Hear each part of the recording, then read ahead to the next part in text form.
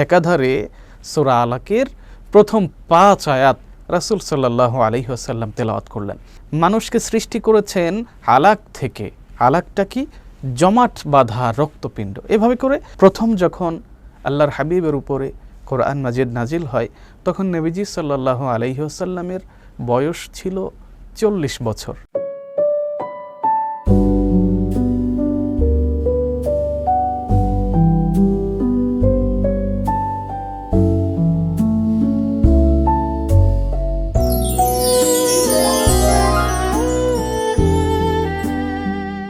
আসসালামু আলাইকুম ওয়া রাহমাতুল্লাহি ওয়া বারাকাতুহু। ইন্নাল হামদালিল্লাহি ওয়াহদাহু ওয়াসসালাতু ওয়াসসালামু আলা মান লা নাবিয়্যা বা'দা, আম্মা বা'দ। কাছে দূরে বিশ্বজুড়ে যে যেখান থেকে দেখছেন প্রিয় চ্যানেল এটিভি ইউএসএ, আপনাদের সকলকে আন্তরিক মোবারকবাদ জানিয়ে শুরু করছি বিশেষ ইসলামী অনুষ্ঠান। আমরা গত পর্বে কোরআন মাজিদের নাজিল হবার যে বিষয় বলেছিল, কোরআন মাজিদের শুরুর সময়কাল, এগুলো সম্পর্কে আমরা কথা বলেছি। এবারে আমরা সূরা ফাতিহার নাজিল এবং সূরা ফাতিহায় আল্লাহ তাআলা কিভাবে বলেছেন, কি বলেছেন, আমাদের সূরা ফাতিহার উপরে কিভাবে আমল করা উচিত, এই বিষয় সম্পর্কে আজকে জানবো ইনশাআল্লাহ তাআলা। আল্লাহ তাআলা তৌফিক দান করুন। শুরুতেই আমরা খুতবার মধ্যেই আল্লাহ তাআলার প্রশংসা করেছি, প্রিয় নবী মুহাম্মদুর রাসূলুল্লাহ সাল্লাল্লাহু আলাইহি ওয়াসাল্লামের উপরে দরুদ পড়েছি, আবারও আমরা দরুদ পাঠ করছি সাল্লাল্লাহু আলাইহি ওয়াসাল্লাম। প্রিয় দর্শক, চলুন শুরুতে যে বিষয়টি বলবো সেটি হচ্ছে সূরা ফাতিহা নাজিলের সময়কাল সম্পর্কে। যেহেতু আমরা জানি যে মহাগ্রন্থ কোরআনে হাকিমে 2 ধরনের সূরা পাওয়া যায়, একটা হচ্ছে মাক্কি সূরা আর একটা হচ্ছে মাদানী সূরা।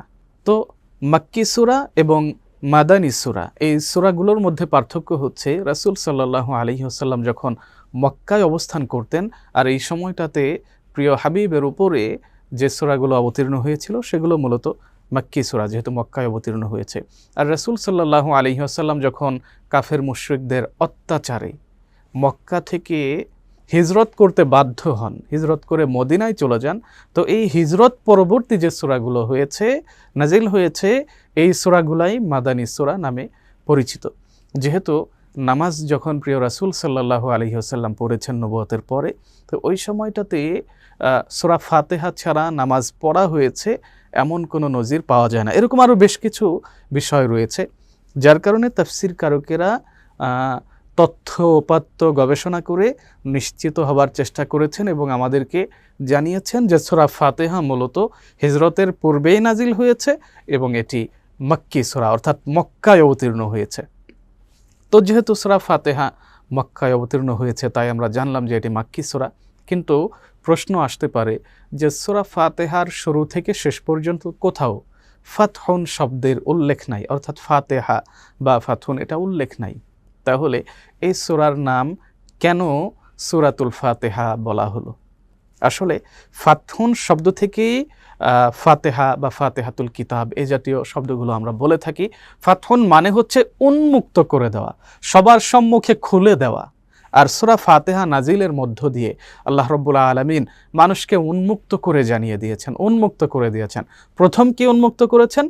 প্রথম আয়াতে আল্লাহ তাআলা বলেছেন, আলহামদুলিল্লাহি রাব্বিল আলামিন, তোমার প্রতিপালক আল্লাহ রাব্বুল আলামিনের প্রশংসা করার কথা আয়াতে আল্লাহ তাআলা বলেছেন।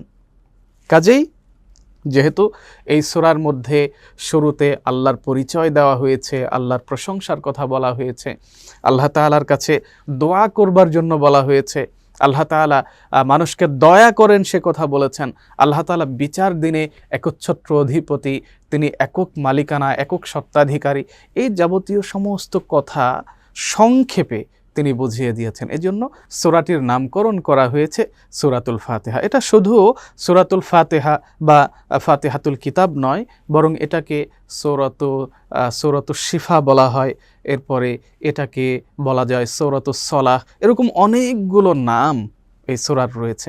তো সূরাতুশ শিফা কেন বলা হয় বা রোগ মুক্তির সূরা কেন বলা হয়? হাদিস থেকে ছোট্ট একটি অংশ বিশেষ আপনাদেরকে একটু বলি। যাত্রাপথে একটা গোত্রের কাছে যখন সাহাবা আজমাইনদের একটা কাফেলা পৌঁছালো, তখন সেখানে ওই গোত্রের প্রধান অসুস্থ ছিলেন। তখন তারা তাদের মধ্যে হতে একজন বলল সাহাবা আজমাইনদের কাফেলাকে যে তোমাদের মধ্যে এমন কি কেউ আছে যে আমাদের প্রধানকে চিকিৎসা করে সুস্থ করে দিতে পারে? তো একজন সাহাবাদের মধ্যে হতে গেলেন, যাওয়ার পরে সূরাতুল ফাতিহা দ্বারা চিকিৎসা করলেন। তো এরপরে তিনি সুস্থ হয়ে গেল। প্রায় 30টির মতো কিছু প্রাণী, হতে পারে সেটা মেষ বা ছাগল, ভেড়া বা এ টাইপের কিছু 30টি প্রাণী উপহার দিয়েছিলেন এবং আরও কিছু উপঢৌকন হাদিয়া উপহার দিয়েছিলেন। তো অর্থাৎ তিনি সুস্থ হবার পরে যে উপহার দিলেন, কেন সুস্থ হলেন? সূরা ফাতিহার চিকিৎসার মাধ্যমে তিনি সুস্থতা লাভ করেছিলেন। তো এরকম অনেক নজির রয়েছে যে সূরা ফাতিহার তেলাওয়াতের মাধ্যমে, সূরা ফাতিহার চিকিৎসার মাধ্যমে মানুষ সুস্থ হয়। এজন্য এটাকে সূরাতুশ শিফা বলা হয়। এজন্য সূরা ফাতিহাকে অনেক অনেক নামে ডাকা হয়, অনেক গুরুত্বপূর্ণ ফজিলত রয়েছে এর মধ্যে। এবার আসুন, আল্লাহ রাব্বুল আলামিন মানুষের উপরে যে সূরা ফাতিহা নাজিল করলেন, এই নাজিলের মধ্য দিয়ে মানুষকে গুরুত্বপূর্ণ কিছু টিপস শিক্ষা দিলেন, যেগুলো ফলো করার মধ্য দিয়ে একজন মানুষ খারাপ মানুষ থেকে ভালো মানুষে রূপান্তরিত হতে পারে, বিপদগ্রস্ত মানুষ থেকে বিপদহীন, বিপদমুক্ত একজন মানুষে তিনি ফিরে আসতে পারেন। এরকম অনেকগুলো বিষয় আল্লাহ তাআলা এই সূরার মধ্যে রেখে দিয়েছেন। কথাগুলো খুবই কম, খুবই অল্প, কিন্তু মেনে চলার মাধ্যমে একজন মানুষ সম্মানিত হয়ে যেতে পারেন। তেমনি আল্লাহ রাব্বুল আলামিন প্রথম আয়াত যেটা বলেছেন, আল্লাহ তাআলা মানুষকে শিক্ষা দিচ্ছেন, পড়ো আলহামদুলিল্লাহি রাব্বিল আলামিন। আল্লাহ তাআলা প্রথমে মানুষকে শিক্ষা দিচ্ছেন যে সমস্ত প্রশংসা হবে সেই রব্বুল আলামিনের জন্য, অর্থাৎ সারা জগৎ সমূহের একচ্ছত্র অধিপতি যিনি, সেই আল্লাহ রব্বুল আলামিনের জন্য।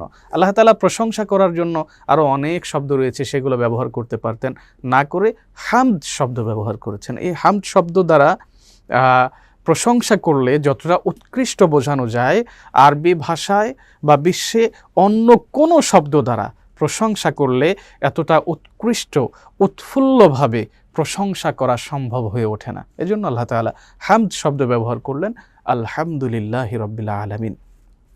এখানে শুধু রব ব্যবহার করে একটা জগতের কথা বলেন নাই, আলম বলেন নাই, আলামিন বলেছেন। অর্থাৎ আমাদের এখানে পৃথিবীতে আমরা বসবাস করি, পৃথিবীর বাইরে বিজ্ঞান সম্পর্কে যারা ধারণা রাখেন, বিজ্ঞান সম্পর্কে যারা জানেন বোঝেন, তারা জেনে থাকবেন যে ইউরেনাস, নেপচুন, প্লুটো, আরও কত কত গ্রহ রয়েছে, চাঁদ, সূর্য, কত কত জিনিস রয়েছে, ব্ল্যাক হোল রয়েছে, এরকম আরও অনেকগুলো বিষয় রয়েছে যেটা আমাদের এই জাগতিক বিষয়বস্তুর বাইরে। এবং চাঁদ, সূর্য, নক্ষত্র, এগুলোর ভিতরে আরও কত গুরুত্বপূর্ণ বিষয়গুলো রয়েছে। সমস্ত কিছুর একচ্ছত্র অধিপতি হচ্ছেন আল্লাহ রাব্বুল আলামিন। সেটাই তিনি প্রথম কথায় বলে দিলেন যে সমস্ত জগৎসমূহ, যা কিছু তোমরা দেখো, যা কিছু তোমরা দেখো না, এই সমস্ত জগতের একচ্ছত্র রব হচ্ছেন আল্লাহ তাআলা, অর্থাৎ একচ্ছত্র প্রতিপালনকারী আল্লাহ তাআলা। তার নামে তোমরা প্রশংসা করো, শুকরিয়া জ্ঞাপন করো। এখানে আল্লাহ তাআলা মালিক ব্যবহার করতে পারতেন, আল্লাহ তাআলা কদির ব্যবহার করতে পারতেন, আল্লাহ তাআলা তার আরও যে গুণবাচক নাম রয়েছে সেগুলো ব্যবহার করতে পারতেন, করেননি। এখানে রব ব্যবহার করেছেন। রব অর্থ হচ্ছে প্রতিপালনকারী, অর্থাৎ লালন পালনকারী, যিনি খাবার দেন, যিনি পরার জন্য পোশাক দেন, হায়াত দেন, মৌত দেন। জীবনে শুরু থেকে শেষ পর্যন্ত নয়, বরং শুরু হবার আগে থেকে শেষ হবারও পর পর্যন্ত যা কিছু দরকার সমস্ত কিছু যিনি আঞ্জাম দেন, সমস্ত কিছু যিনি দেখভাল করেন, যিনি প্রতিপালন করেন, তিনি হচ্ছেন রব। অর্থাৎ আজকে সকালবেলা আপনি নাস্তা করেছেন, এই নাস্তার মেনুতে আপনার পরোটা থাকতে পারে, ডিম থাকতে পারে, বা ভাত থাকতে পারে, তরকারি থাকতে পারে। আপনার সকালের নাস্তার মেনুতে কি থাকবে, দুপুর রাতের খাবারের মেনুতে কি থাকবে, আপনি হয়তো খাবার সামনে আসার আগেও বলতে পারবেন না যে আজকে আপনি খাবার সময় এলে কি খাবার খাবেন। কিন্তু আপনি খাবার খাওয়ারও অনেক অনেক পূর্বে আল্লাহ তাআলা আপনার জন্য নির্ধারিত করে রেখে দিয়েছেন যে আমার বান্দার জন্য আমি আজকে সকালবেলা একটা ডিমের বন্দোবস্ত করলাম। এই ডিমটা কোত্থেকে এলো, কোন মুরগি এই ডিমটা পেরেছে, এই মুরগি কোত্থেকে আসলো, এভাবে করে একটু ব্যাকএন্ডে যদি আপনি চিন্তা করেন, তাহলে আপনার চিন্তার দরজা খুলে যাবে যে আল্লাহ রাব্বুল আলামিন আপনাকে শুধু সৃষ্টি করে পৃথিবীতে ছেড়ে দেননি, বরং আপনার বেঁচে থাকার, আপনার মরে যাবার, আপনার সমস্ত কিছুর উপায় উপকরণ তিনি রেখে দিয়েছেন। আপনি চিন্তা করবার আগেই তিনি চিন্তা করে রেখে দিয়েছেন। এরপরে আমাদের মধ্যে আরও অনেক মানুষ আছেন, কেউ হয়তো চাকরি পাচ্ছেন না, অথবা চাকরি পেলে ভালো চাকরি পাচ্ছেন না, অথবা অসুস্থ আছেন, কষ্টে আছেন, বিপদে দিনাতিপাত করছেন। তো অনেক সময় চিন্তা হয় যে আমি কি করব। আপনার চিন্তার কোনো কারণ নাই। কি হবে না হবে, আপনি নিজের জন্য যা চিন্তা করি তার থেকে বেশি আমাদের প্রতিপালক, আমাদের একজন রব আছেন, আল্লাহ আছেন, তিনি সব চিন্তা করে রেখে দিয়েছেন। সুবহানাল্লাহি ওয়া বিহামদিহি। আজকে আপনি অসুস্থ, কোনো অসুবিধা নাই। প্রতিদিন ফজরের নামাজের পরে সূরা ফাতিহা পড়ে, আয়াতুল কুরসি পড়ে শরীরে ফু দেন। পানিতে সূরা ফাতিহা পড়ে ফু দিয়ে পানিটা পান করে নেন।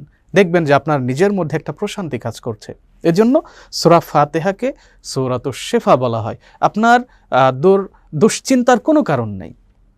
আপনি অনেক সময় অনেক অসুবিধার মধ্যে থাকেন, আপনি বারবার করে সূরা ফাতিহা তেলাওয়াতের মধ্য দিয়ে আল্লাহ তাআলার কাছে পানাহ চান। আল্লাহ তাআলা আপনাকে ইহদিনাস সিরাতাল মুস্তাকিম বলার সাথে সাথে আপনার জন্য দরজা খুলে দিবেন, সহজ রাস্তা দেখিয়ে দিবেন। সুবহানাল্লাহ। আজকে আমরা দুনিয়াবি চিন্তা করছি, কিন্তু আল্লাহ তাআলা কত সুন্দর করে আমাদেরকে শিখিয়ে দিলেন, সেগুলো কিন্তু আমরা একবারও চিন্তা করি না। এজন্য আসুন, আমরা প্রথম আয়াতে কি জানলাম?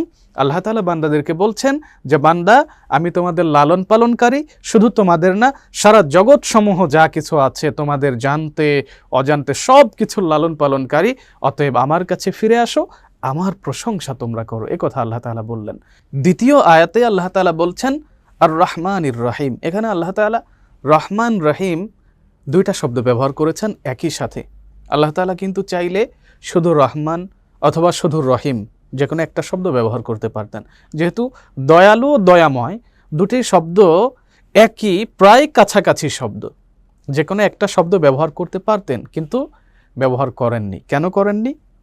তৎকালীন সময়ে যখন কোরআন মাজিদ নাজিল হয়েছিল, আরবি ব্যাকরণের একটা রুলস হলো, কোনো কথা যদি দুইবার করে বলা হয় তাহলে সেটা অত্যন্ত গুরুত্বপূর্ণ, অতি জরুরি বা অত্যন্ত খুব বেশি গুরুত্বপূর্ণ বলে মনে করা হয়।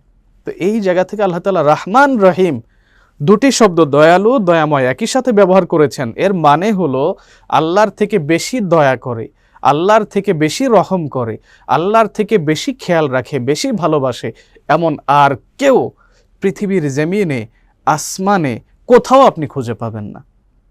আল্লাহ তাআলা বললেন যে আমার প্রশংসা তোমরা করো, কারণ আমি তোমাদের প্রতি বেশি রহমদিল, আমি তোমাদের প্রতি বেশি দয়াশীল। আল্লাহ তাআলা নিজের উপরে বান্দার জন্য দয়া করাকে ওয়াজিব করে নিয়েছেন। বান্দার উপরে অবশ্যই আল্লাহ দয়া করেন। আল্লাহ রাগ হয়ে গেলেও বান্দার উপরে দয়া করেন। আমরা অনেক সময় আল্লাহর ইবাদতে ত্রুটি করে ফেলি, ভুল করে ফেলি, আল্লাহ রাগ হন। রাগ হয়ে যদি দয়া না করতেন, গজব চাপিয়ে দিতেন, আমরা বেঁচে থাকতে পারতাম না। আল্লাহ তাআলা বান্দার উপর রাগ হওয়ার পরেও দয়া করেন। তিনি রহমান রহিম। এজন্য আল্লাহর দয়া পরিমাপ করা সম্ভব নয়। পৃথিবীর সৃষ্টি হওয়ার পরে আল্লাহ তাআলার কাছে যতগুলো মায়া ছিল, দয়া ছিল, ভালোবাসা ছিল, এগুলোকে 100 ভাগ করেছেন। এরপরে 99টা ভাগ আলাদা করে নিজের কাছে রেখে দিয়েছেন। মাত্র 1 ভাগ পৃথিবীর শুরু থেকে আজ পর্যন্ত বা তারও পূর্বে থেকে একেবারে শেষ পর্যন্ত যত মানুষ আসবে, জিন আসবে, প্রাণী আসবে, যত কিছু আসবে, সমস্ত কিছুর মধ্যে 1 ভাগ দয়া তিনি বন্টন করে রেখে দিয়েছেন। অর্থাৎ এই সামান্য ভালোবাসা একজন মানুষের অন্তরে থাকার কারণে একজন মা তার সন্তানকে কত ভালোবাসে, একজন বাবা তার সন্তানকে কত ভালোবাসে, ভাই বোন, আত্মীয় স্বজন, প্রতিবেশী, বন্ধু বান্ধব কত ভালোবাসে। তো এবার চিন্তা করে দেখুন, সমস্ত মানুষের কাছে, সমস্ত প্রাণীকুলের কাছে, জগতের কাছে যত ভালোবাসা, মায়া, মমতা আছে, তার থেকেও সমস্ত কিছু একত্রিত করলে যে ভালোবাসা, মায়া, মমতা হবে, তার থেকেও 99 গুণ বেশি, 100 গুণ বেশি ভালোবাসা আল্লাহ তাআলার কাছে আছে। তাহলে তিনি কতটা দয়াবান। এজন্য আসুন, আল্লাহর দয়া পেতে হলে তার কাছে আমাদেরকে অগ্রসর হতে হবে। এরপর আল্লাহ তাআলা বলছেন মালিকি ইয়াউমিদ্দিন, অর্থাৎ প্রতিফল দিবসের মালিক। আজকে জজ সাহেব যারা আছেন, যারা বিচার করেন, তারা আইনের রুলস ফলো করে এরপরে অপরাধীর বিচারের সাজা হবে নাকি মুক্ত হবে সে রায় শোনান।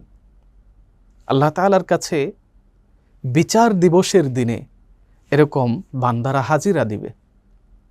হাজিরা দেবার সময় প্রত্যেককে আলাদা আলাদাভাবে যখন আল্লাহ তাআলা জিজ্ঞাসা করবেন যে আমার বান্দা দুনিয়াতে কি করেছো, কি করনি, ভালো কাজ কতটুকু করেছো, খারাপ কাজ কতটুকু করেছো, এইভাবে করে ইন্ডিভিজুয়ালি প্রত্যেককে হিসাব নিয়ে তারপরে আল্লাহ তাআলা ফায়সালা করবেন বান্দাকে জান্নাতে দিবেন নাকি জাহান্নামে দিবেন। বিশেষ করে আমরা যারা ছোট্ট ছিলাম, আমাদের বাবা যদি আমাদেরকে কোনো টাকা দিতেন বাজার করার জন্য, বাজার করার পরে আমরা যদি কিছু টাকা বাজারে গিয়ে নাস্তা করে খরচ করে ফেলতাম বা কিছু টাকা রেখে দিতাম, তখন বাবা যদি জিজ্ঞাসা করতেন আমরা কিন্তু সদুত্তর দিতে পারতাম না। তো এই সামান্য একটু কথা দিয়েই চিন্তা করেন যে বাবা আমাদেরকে নাস্তা করার জন্য আলাদা টাকা দিচ্ছেন, চলাফেরার খরচ দিচ্ছেন, হাত খরচ দিচ্ছেন, নাস্তার খরচ দিচ্ছেন, তারপরেও আমাদেরকে কোনো কাজ করতে দিলে সঠিক হিসাব দিতে গেলে মাঝে মাঝে আমরা হিসাবের বেলায় আটকে যাই। সামান্য দুনিয়াবি একবেলার হিসাবে যদি আমরা আটকে যাই, গোটা জিন্দেগি শুরু থেকে শেষ পর্যন্ত কতগুলো নামাজ নষ্ট করলাম, কতবার বকাঝকা করলাম, কতবার এলোমেলো কথা বললাম, ফাহেসা কথা বললাম, মানুষের ক্ষতি করলাম, অন্যায় করলাম, অত্যাচার করলাম, সমস্ত কিছু পুঙ্খানুপুঙ্খ রূপে আল্লাহ যখন হিসাব চাইবেন আমরা দিতে পারবো না। এজন্য আল্লাহ তাআলার কাছে বারবার করে বেশি বেশি করে দোয়া করতে হবে, আল্লাহুম্মা হাসিবনি হিসাবান ইয়াসীরা, আল্লাহ তাআলা আমার হিসাবকে আপনি সহজ করে দেন, দুনিয়া আখিরাতের হিসাবকে সহজ করে দেন। আল্লাহর কাছে বেশি বেশি দোয়া করতে হবে। প্রতিফল দিবসে আল্লাহ তাআলা একচ্ছত্র অধিপতি, তিনি বিচার করবেন। বিচারের সময় মানুষকে ফায়সালা দিবেন যে মানুষ জান্নাতি হবে নাকি জাহান্নামী হবে কর্মফল অনুযায়ী। কর্মফল দিবসে, প্রতিফল দিবসে যার যার ভালো কাজ খারাপ কাজ হিসাব করে জান্নাত জাহান্নামের ফায়সালা তিনি দিয়ে দিবেন। সর্বোচ্চ হাকিম তিনি, বিচারক তিনি। এরপর আল্লাহ তাআলা বলছেন যে ইয়্যাকা না'বুদু ওয়া ইয়্যাকা নাস্তাঈন, বান্দা আমার কাছে তোমরা বলো যে হে রব আমি আপনার ইবাদত করি এবং আপনার কাছেই সাহায্য চাই। ইয়্যাকা না'বুদু ওয়া ইয়্যাকা নাস্তাঈন। আল্লাহ তাআলা আমরা তো অসহায়, আমাদের তো যাবার জায়গা নাই, আপনার কাছেই আমরা ফিরে এলাম, আপনার কাছেই আমরা এসেছি, আপনার কাছে আমরা সাহায্য প্রার্থনা করছি, আমরা আপনার গোলামি করি, আমরা আপনার দাসত্ব করি, আমরা আপনার ইবাদত করি, আপনার কথা ছাড়া আমরা অন্য কারো কথা শুনি না, অন্য কারো কথা মানি না। এভাবে করে অনুনয় বিনয় করে আল্লাহ তাআলার কাছে আমরা দোয়া করি, নামাজের মধ্যে পড়ি, নামাজের বাইরেও পড়ি, ইয়্যাকা না'বুদু ওয়া ইয়্যাকা নাস্তাঈন। তো আল্লাহর ইবাদত করি এ কথার মানে হলো আল্লাহ তাআলা যেটা আদেশ করেছেন মানতে হবে, যেটা নিষেধ করেছেন সেটাও মানতে হবে, নিষেধের ধারে কাছে যাওয়া যাবে না, নিষেধ করা কাজগুলি করা যাবে না। আল্লাহ তাআলা আদেশ করেছেন ভালো কাজ করো, ইবাদত করো, নামাজ পড়ো, রোজা রাখো, কারো ক্ষতি করো না। এই যে আদেশ নিষেধ এগুলো পুঙ্খানুপুঙ্খ রূপে মেনে চলতে হবে। আপনাকে আল্লাহ আদেশ করেছেন যখনই সময় হয় হাইয়া আলাস সালাহ, নামাজের সময় হয়েছে, হাইয়া আলাল ফালাহ, কল্যাণের জন্য আসো, নামাজের জন্য আসো, সাথে সাথে সমস্ত কিছু প্যাক আপ করে আপনাকে নামাজের জন্য মনোনিবেশ করতে হবে। আপনি দুনিয়াকে বেশি প্রাধান্য দিলেন, নামাজে গেলেন না, ক্ষতিগ্রস্ত হলেন, কল্যাণ থেকে বঞ্চিত হলেন। মুয়াজ্জিন বারবার ডাকছে হাইয়া আলাল ফালাহ, কল্যাণের জন্য আসো। আমরা কল্যাণ যেখানে গেলে হবে, কল্যাণ পাবার জায়গাতে আমরা যাই না, দুনিয়ায় দৌড়াদৌড়ি করি কল্যাণের জন্য। আপনার চাকরির সমস্যা, বেতন জাপান, ফ্যামিলি চলছে না, এরপরে আপনি অনেক ডক্টর দেখাচ্ছেন, অসুস্থ, সুস্থতা পাচ্ছেন না। আপনাকে সুস্থ হতে হলে, আপনার সমস্যার সমাধান করতে হলে যেখানে যেতে হবে সেখানে আপনার যাওয়া প্রয়োজন। নামাজের ওয়াক্ত হয়ে গেছে, নারী পুরুষ সবাই যার যার নিজের নামাজের চিন্তা করে যার যার নামাজের জামাতে শামিল হয়ে যান। এভাবে করে কল্যাণের জন্য, কল্যাণের পথে আমাদেরকে দৌড়াতে হবে।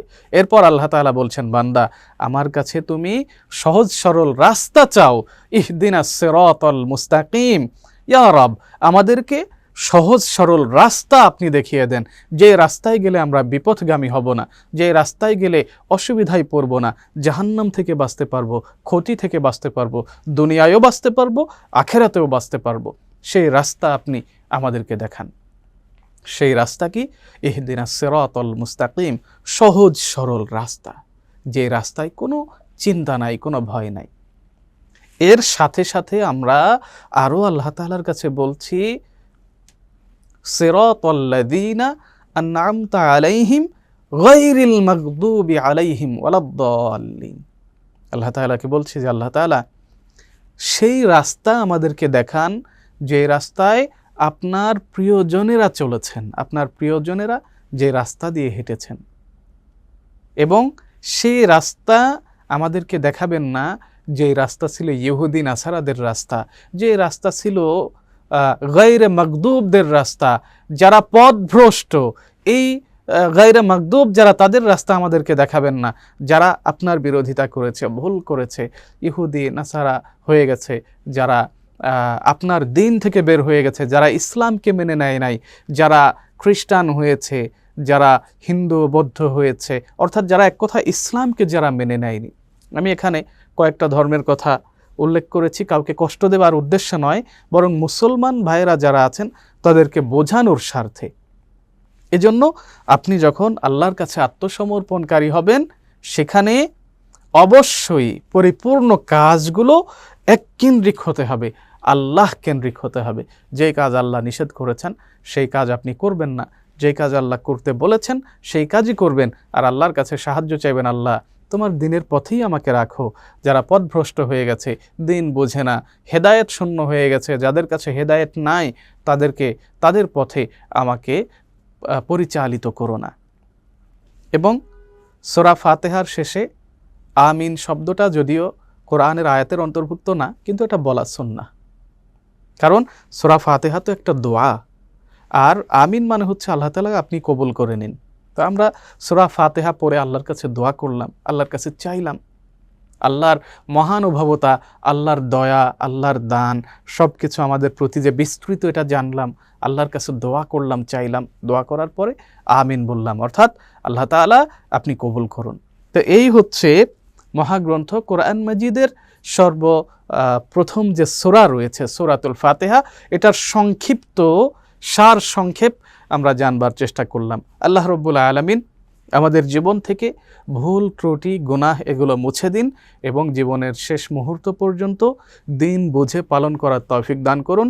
হেদায়েতের সাথে আমাদের পৃথিবী থেকে ঈমান নিয়ে চলে যাবার তৌফিক দান করুন। কিয়ামতের ময়দানে জাহান্নাম থেকে বাঁচিয়ে আমাদের সকলকে জান্নাতের ফায়সালা দান করুন। আমিন ইয়া রাব্বাল আলামিন। আমরা এই পর্ব থেকে বিদায় নিচ্ছি, পরবর্তী পর্ব দেখার আমন্ত্রণ জানাচ্ছি। আসসালামু আলাইকুম ওয়া রাহমাতুল্লাহি ওয়া বারাকাতুহু।